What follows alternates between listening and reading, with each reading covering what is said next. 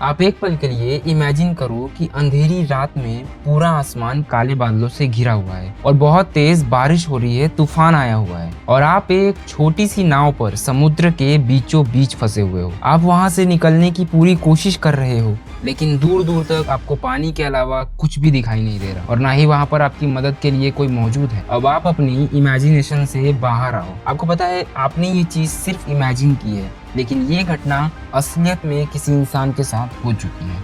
लेकिन वो इंसान समुद्र में एक दिन के लिए नहीं बल्कि 438 दिनों के लिए फंसा हुआ था।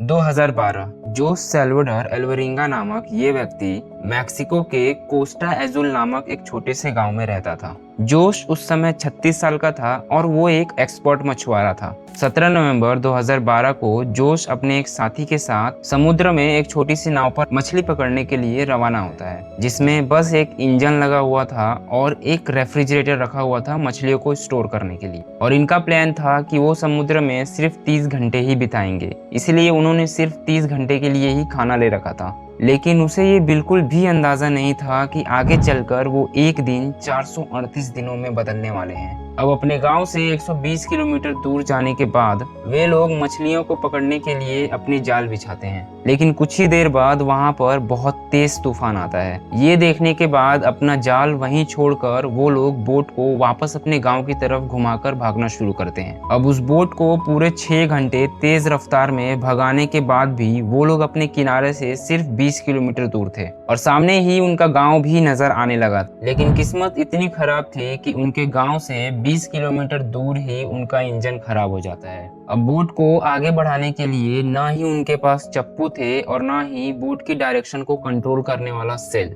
लेकिन उनके बोट में सिर्फ एक रेडियो था जिसकी मदद से उन्होंने अपने बॉस के पास अपनी लोकेशन भेजी और सामने से जवाब आने का इंतजार करने लगे। लेकिन किस्मत इतनी खराब कि इंतजार करते करते उनके रेडियो की बैटरी भी खत्म हो गई। अब जिसका डर था वही हुआ। चारों तरफ से तूफान ने उन्हें घेर लिया और धीरे धीरे पैसिफिक ओशन की तरफ ढकेलने लगे और वो अपने किनारे से बहुत दूर आ चुके थे। लेकिन उनके बॉस ने उन्हें ढूंढने के लिए पैसिफिक ओशन में एक सर्च ऑपरेशन भी चलाया, लेकिन उन्हें ढूंढना बहुत मुश्किल हो रहा था क्योंकि वे लोग बहुत दूर जा चुके थे। अब इस घटना को बीते हुए कुल 5 दिन हो चुके थे। अब इस तूफान ने उन्हें 450 किलोमीटर दूर लाकर एक ऐसी जगह पर फंसा दिया था जहां दूर दूर तक देखने पर भी सिर्फ पानी और पानी ही नजर आ रहा था। वो बोट इतनी छोटी थी कि उसे दूर से स्पॉट करना बहुत मुश्किल था। अब जोश और उसके साथी के पास कोई भी ऐसा हथियार नहीं था जिसकी मदद से वो सिग्नल दे पाए। ना ही उनके पास फ्लेयर गन थी और ना ही वो आग लगा सकते थे। अब जोश और उसके साथी को ये एहसास हो चुका था कि वो एक बड़ी मुसीबत में फंस चुके हैं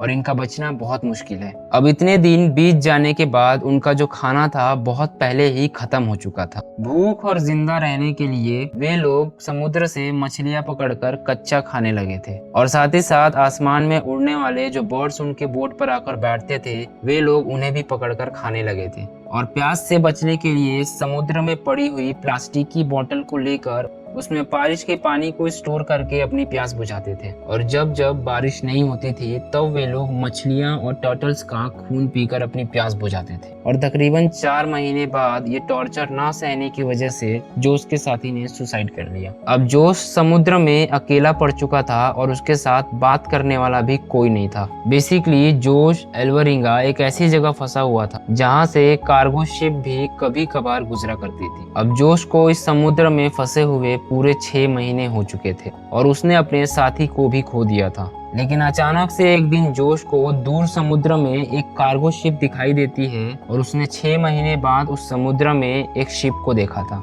अब जोश के मन में जिंदा रहने की उम्मीद जाग गई और उसने शिप की तरफ हर तरीके के इशारे करने की कोशिश की, लेकिन ये बोट छोटी होने की वजह से शिप के क्रू मेंबर्स को दिखाई नहीं पड़ती।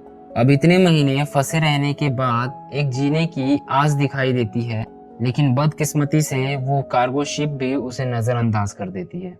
जोश 11 महीनों में 8000 किलोमीटर तक सफर कर चुका था और यहाँ तक कि उसके कपड़े भी फट चुके थे। अब 30 जनवरी 2014 को यानी पूरे 14 महीने बाद किस्मत ने जोश का साथ दिया जब उसे नारियल पानी में तैरते हुए दिखे और वो समझ गया कि जरूर वो किसी आइलैंड के पास पहुंच चुका है और सचमुच उसे सामने एक आइलैंड दिखाई दे रहा था। और फिर वो उस बोट से कूदकर तैरते हुए उस आइलैंड की तरफ गया। यहाँ पर 14 महीने बाद जोश ने जमीन पर कदम रखा था और उस आइलैंड पर जाने के बाद उसे सामने एक बीच हाउस दिखाई दी जिसमें वहाँ का लोकल मौजूद था। अब पूरे 438 दिनों बाद उस आइलैंड पर जोश की एक इंसान से मुलाकात हुई। ये आइलैंड मार्शल आइलैंड्स का एक रिमोट आइलैंड था जिसे इबोन एटॉल कहा जाता है और ये आइलैंड जोश के स्टार्टिंग पॉइंट से 11,000 किलोमीटर दूर है। अब किस्मत अच्छी होने की वजह से जोश एक छोटे से आइलैंड पर पहुंच चुका था। अब वहां से जोश को वापस उसके घर भेजा जाता है, लेकिन वहां पहुंचने के बाद उसको एक और मुसीबत ने घेर लिया। वहां पहुंचने पर जोश ने 438 डेज नाम की एक बुक पब्लिश की, लेकिन जोश पर अपने साथी को मारने का इल्जाम लगाकर उस पर केस कर दिया गया। जोश के मुताबिक ये वही साथी था जिसने सुसाइड कर लिया था। उम्मीद करता हूँ कि आपको ये वीडियो बहुत ज्यादा पसंद आई होगी और अगर आपको ऐसे ही हॉरर और मिस्ट्री से रिलेटेड वीडियोस देखना पसंद है तो प्लीज इस वीडियो को लाइक करके मेरे चैनल को सब्सक्राइब कर दे। मिलते हैं अगले वीडियो में।